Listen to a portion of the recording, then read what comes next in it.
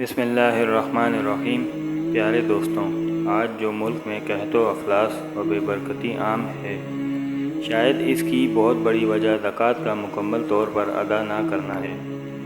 زکوٰۃ مکمل ادا نہ کرنے کی وجہ کچھ بھی ہو، خواہ یہ وجہ ہو کہ مسلمانوں کی اکثریت کو زکوٰۃ کن اموال پر فرض ہوتی ہے اس سے متعلق آگاہی نہیں، یا وہی مال کا نشہ جو بالعموم حضرت انسان کی نس نس میں بھرا ہے، اور وہ نشہ ہے مال کی محبت کا، جیسے شراب کا رسیہ بوتل چھوڑنے پر آمادہ نہیں ہوتا، یوں ہی مال کا حریص صدقات واجبات نکالنے پر آمادہ نہیں ہوتا۔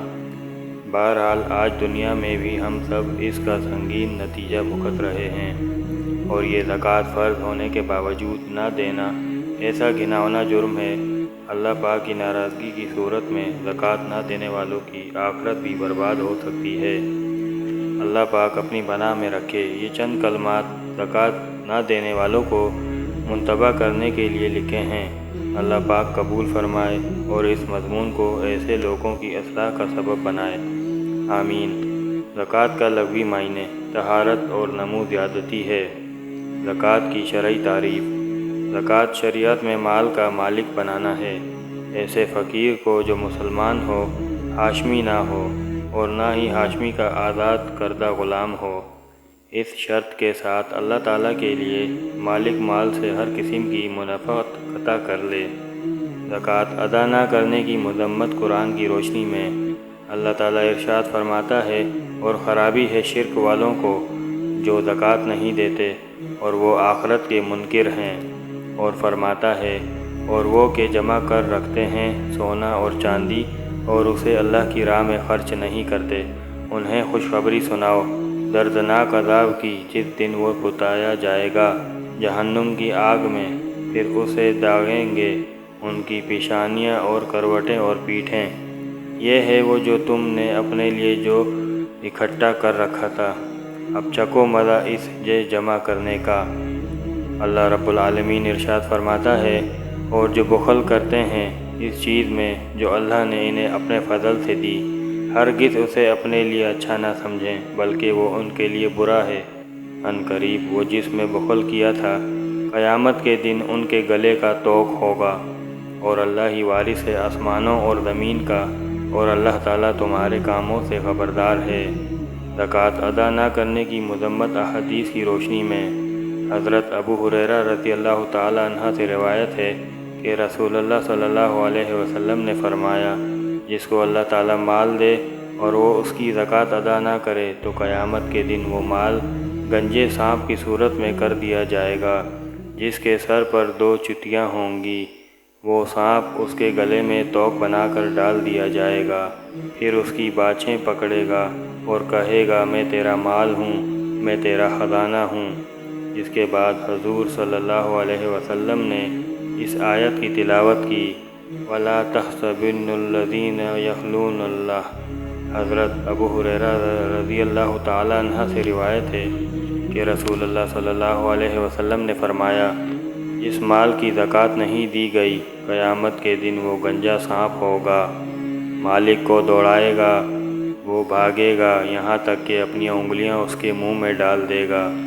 حضرت ابو ہریرہ رضی اللہ تعالیٰ عنہ سے روایت ہے کہ رسول اللہ صلی اللہ علیہ وسلم نے فرمایا، جو شخص سونے چاندی کا مالک ہو اور اس کا حق ادا نہ کرے تو جب قیامت کا دن ہوگا اس کے لیے آگ کے پتھر بنائے جائیں گے، ان پر جہنم کی آگ بھڑکائی جائے گی، اور ان سے اس کی کروٹ اور پیشانی اور پیٹھ داغی جائے گی۔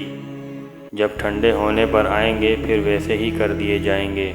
یہ معاملہ اس دن کا ہے جس کی مقدار 50,000 برس ہے، یہاں تک کہ بندوں کے درمیان فیصلہ ہو جائے۔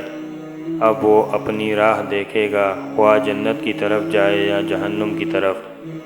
پھر نبی کریم صلی اللہ علیہ وسلم نے ارشاد فرمایا، اونٹ، گائیں اور بکریوں کا جو مالک ان کی زکوٰۃ ادا نہیں کرے گا، اسے قیامت کے دن ایک چٹیل میدان میں لٹایا جائے گا۔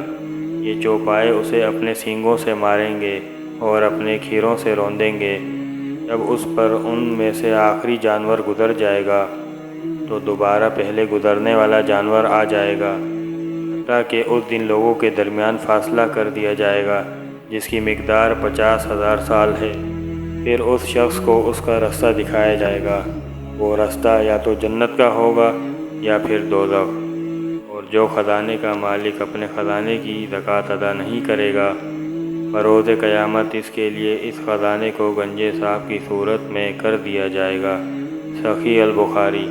بلا شبہ حضرت صدیق اکبر رضی اللہ تعالیٰ عنہ نے مانعین زکوٰۃ پر جہاد فرمایا اور ارشاد فرمایا، خدا کی قسم اگر وہ لوگ مجھ سے بکری کے بچے کو بھی روکیں گے جو وہ رسول اللہ صلی اللہ علیہ وسلم کو ادا کیا کرتے تھے تو اس روکنے کے سبب میں ان سے جہاد کروں گا۔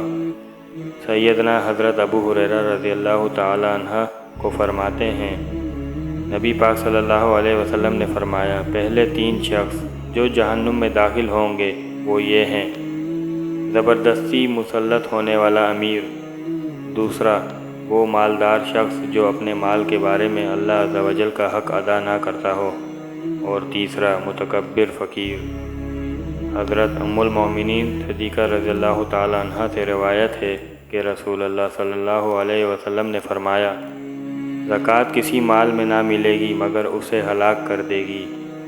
بعض امہ نے اس حدیث کے یہ معنی بیان کیے کہ زکوٰۃ واجب ہوئی اور ادا نہ کی اور اپنے مال میں ملائے رہا تو یہ حرام اس کو حلال ہلاک کر دے گا، اور امام احمد نے فرمایا کہ معنی یہ ہے کہ مالدار شخص مال زکوٰۃ لے تو یہ مال زکوٰۃ اس کے مال کو ہلاک کر دے گا کہ زکوٰۃ تو فقیروں کے لیے ہے، اور دونوں معنی صحیح ہیں۔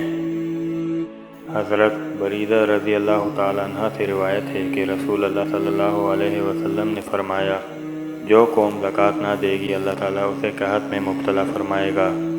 حضرت عمر رضی اللہ تعالیٰ عنہ سے روایت ہے کہ حضور صلی اللہ علیہ وسلم نے فرمایا، خشکی و تری میں جو مال تلف ہوتا ہے وہ زکوٰۃ نہ دینے سے تلف ہوتا ہے۔